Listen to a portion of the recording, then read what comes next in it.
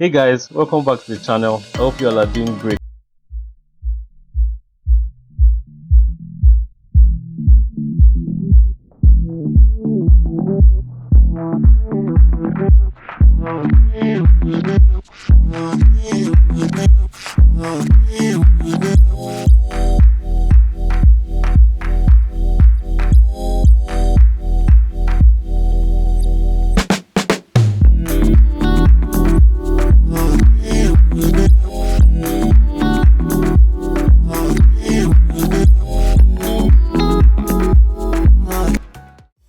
Generally in FIFA, we use L1 to change cursor to the player we want to control at any moment. L1 changes cursor to the player closest to the ball. But the thing is that we don't always want to do that. Sometimes we want to have more control of who the cursor goes to in certain defensive scenarios. We can do this by using our right analog stick to switch between specific players. So there are two major types of right analog stick switching. First, we have the player relative, then the ball relative. There's also ball rotation, but I don't believe that anyone can use it to play at a very high level. We're moving from player A, let's call this player A, to player B. This being player B, and we're using the player relative.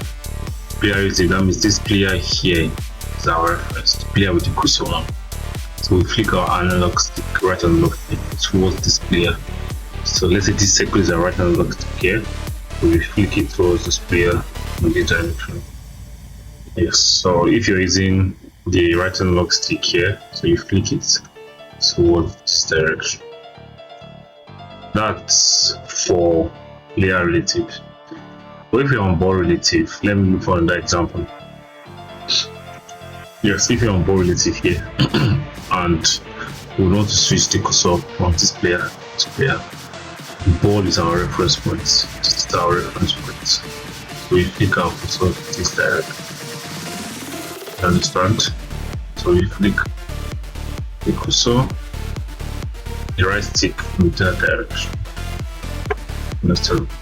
For example, if we are, let's say we are using player relative, in this case, this guy here, let me use different color, this guy here is our reference. So we flick our right stick towards this player because we are moving from this player, let's call him player A to player B.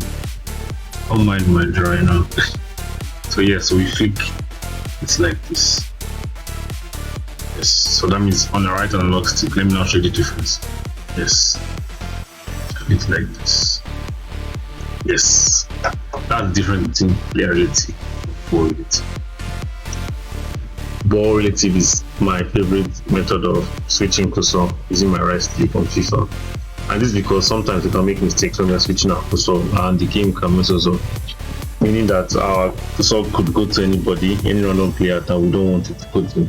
So when this happens, like you're using player relative, you'd have to scan through, start looking for where they took or where the game took your cursor to. And after doing that, you now have to switch to the right player using that wrong player as your reference point, because when the cursor goes to him, he's now the reference point. So you need to use that player the cursor went to as your reference point. So like during this whole process, looking for where the cursor went to, and then trying to switch back to the right person, and even still you could still miss it again after the whole process here. It takes up a lot of time, and when you waste so much time, the defense gets over. But with ball relative now, no matter where your cursor gets to, you know that the ball is still your reference point. So there's no need for scanning through the whole pitch.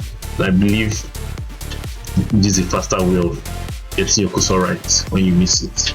And to be very honest, this gives me an edge like when I'm defending, because I know that okay, even if my cursor gets missing, the ball is still my reference point. So to recap all what we've just learned, we need to know that when using player relative, the player that the cursor is on that moment acts as your reference. So when switching to another player, your reference point is from the player that already plays the cursor. But while using ball relative, your reference point is always the ball, no matter the situation. Your reference point is always the ball. Okay, so guys, this brings us to the end of the video. And like I've always said, the key to getting better on the game on FIFA is to keep on practicing, and with time, cursor switching will be second nature to you. So thank you guys for watching. If you have any questions about the video, please leave a comment. Don't forget to like and subscribe, and also turn on my post notifications. See you next time.